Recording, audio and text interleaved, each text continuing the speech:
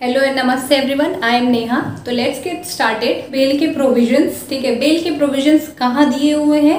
ये chapter 33 of CrPC में दिया हुआ है, ये सबको पता है, ठीक है। बेल क्या होती है ये देखने के लिए आप मेरी लास्ट वीडियो देख सकते हैं, और बेलेबल ऑफेंस और नॉन बेलेबल ऑफेंस क्या होता है, उसमें डिफरेंस क्या है, ये भी चेक करने के लिए मेरी लास्ट वीडियो आप खोल सकते हैं, ठीक है। तो आइए समझते हैं जो बेलेबल ऑफेंस होते हैं या बेलेबल मैटर्स होते हैं जहाँ पे बेल ईजिली मिल सकती है, ठीक है। तो ये कौन से मैटर्स होते हैं? बेलेबल ऑफेंस आपका सेक्शन 2A डिफाइन करता है सीआरपीसी का, वो मैटर्स जो शेड्यूल 1 में दिए गए हैं एज अ बेलेबल ऑफेंस, ठीक है। अभी के लिए ये समझते हैं। तो सेक्शन 436 से लेके सेक्शन 450 जो है सीआरपीसी का, वो बेल से रिलेटेड कुछ प्रोविजंस की बात करता है, जिसमें 436 से लेके 439 तक बात करता है related to, directly related to bell. और उसके आगे के जो सेक्शंस हैं 440 से लेके 450 तक, वो बात करते हैं आपके किस चीज़ से, बॉन्ड, श्योरिटी, डिपॉजिट्स, ठीक है, ये सारी बातें करते हैं। तो उस पर आएंगे हम। अभी के लिए पढ़ते 436 जो कि एक बहुत इंपॉर्टेंट प्रोविजन है, ठीक है। सेक्शन 436 में बेल कौन ले सकता है? जिसने कोई बेलेबल ऑफेंस कमिट किया है, ठीक है।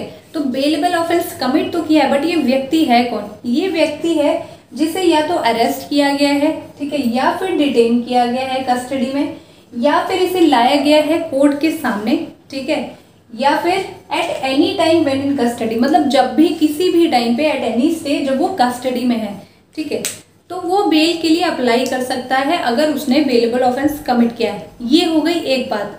अब दूसरी बात ये आती है कि यहाँ बेल की पावर दी किसको गई है? तो जो बेलेबल मैटर्स होते हैं उसमें एक पुलिस ऑफिसर और कोर्ट दोनों के पास ही बेल देने की पावर है, ठीक है। ये सेक्शन 436 बताता है। थर्ड थिंग टॉक्स अबाउट, अब तीसरी चीज आ जाते हैं कि अगर कोई इंडिजेंट पर्सन है, इंडिजेंट समझ लेते हैं मतलब कोई गरीब दुखिया है, ठीक है, निर्धन है, तो ये पता कैसे चलेगा? पहली बात कि ये वो गरीब है, कोर्ट इसका अंदाजा कैसे लगाएगी?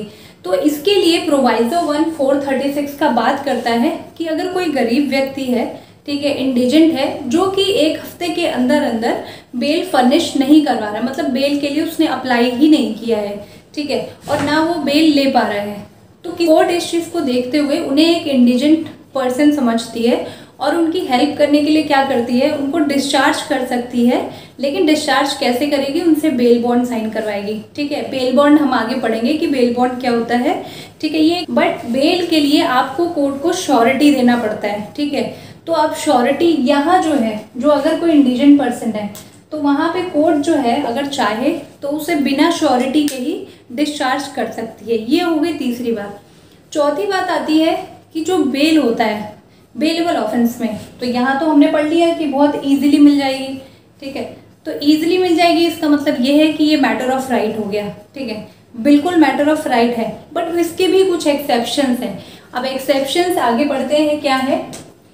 एक एक्सेप्शन है जो क्लॉज 3 में दिया हुआ है कि अगर कोई व्यक्ति, ठीक है, उसे बेल हुई है और उस पे बेल बॉन्ड उसने साइन किया है जिसमें कुछ कंडीशंस कोर्ट ने उस पर लगाई कि तुम एविडेंसेस टैम्पर नहीं करोगे, ये नहीं करोगे, या फिर यहाँ से, इस जगह से तुम बाहर नहीं जाओगे, इस टाउन से बाहर नहीं जाओगे, और वो उसमें से कोई भी कंडीशंस अगर ब्रीच करता है, ठीक है, तो उस कंडीशन में कोर्ट चाहे तो उसकी बेल को कैंसिल कर सकती है, खारिज कर सकती है, ठीक है, या रिजेक्ट कर सकती है। एक हो गई ये बात। तो यहाँ खत्म हो गया क्या? Matter of right. तो मैटर ऑफ राइट तब तक रहेगा जब तक कि आप बेल की कंप्लायंस करते हैं, ठीक है। अगर आप बेल की कंडीशंस को ही कंप्लाई नहीं करेंगे तो वो आपका मैटर ऑफ राइट फिर नहीं होगा, ठीक है। दूसरा एक केस है जहाँ पे मैटर ऑफ राइट फिर गया, वो क्या है कि आपने ये सब किया और फिर आप कोर्ट के सामने आते हैं दोबारा बेल के लिए, ठीक है। आपने पहली वाली जो आपके ऊपर बेल बॉन्ड साइन किया, आपने जो बेल की कंडीशंस लगाई गई, आपने उसको जंप कर दिया, यू जंप द बेल, ठीक है। अब आप दूसरी बार आते हैं कोर्ट के पास बेल लेने। अब आपका मैटर ऑफ राइट नहीं है, अब ये कोर्ट के डिस्क्रिशन है कि वो आपको बेल दे या ना दे, ठीक है। तो वो सारी जो कंडीशंस होंगी केस के अकॉर्डिंग, वो देखते हुए कोर्ट डिसाइड करेगी। सेक्शन 436A की बात करते हैं। ये क्या कहता है कि अगर कोई अंडर ट्रायल प्रिजनर है, ठीक है, या अक्यूज्ड है कोई अंडर ट्रायल, ठीक है, जिसका ट्रायल चल रहा है कोर्ट में, तो उसको डिटेंशन ज़्यादा से ज़्यादा कितने टाइम की हो सकती है?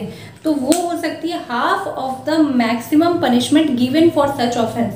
मतलब कि कोई ऑफेंस है, मान लीजिए किसी को सजा हुई है 7 साल की, ठीक है, सेंटेंस हुई है 7 साल की, तो उसका आधा क्या हुआ 3.5 साल, ठीक है। तो 3.5 साल के बाद चाहे कोर्ट उसे रिलीज कर सकती है।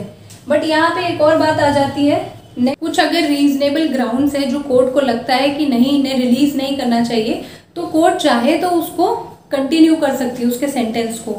तीसरी बात ये आती है, अच्छा यहाँ जो रिलीज होता है, ये रिलीज कैसे होता है, ये रिलीज होता है एक पर्सनल बॉन्ड साइन होता है, ठीक है, कोर्ट के सामने करता है, उसके बाद ही उसको रिलीज किया जाएगा। तीसरी बात आती है, एक जो अंडर ट्रायल प्रिजनर है उसकी मैक्सिमम सेंटेंस क्या हो सकती है, ठीक है। तो मैक्सिमम जैसे 7 साल की सजा है, तो 7 साल से ज़्यादा उसे कस्टडी में नहीं रख सकते हैं।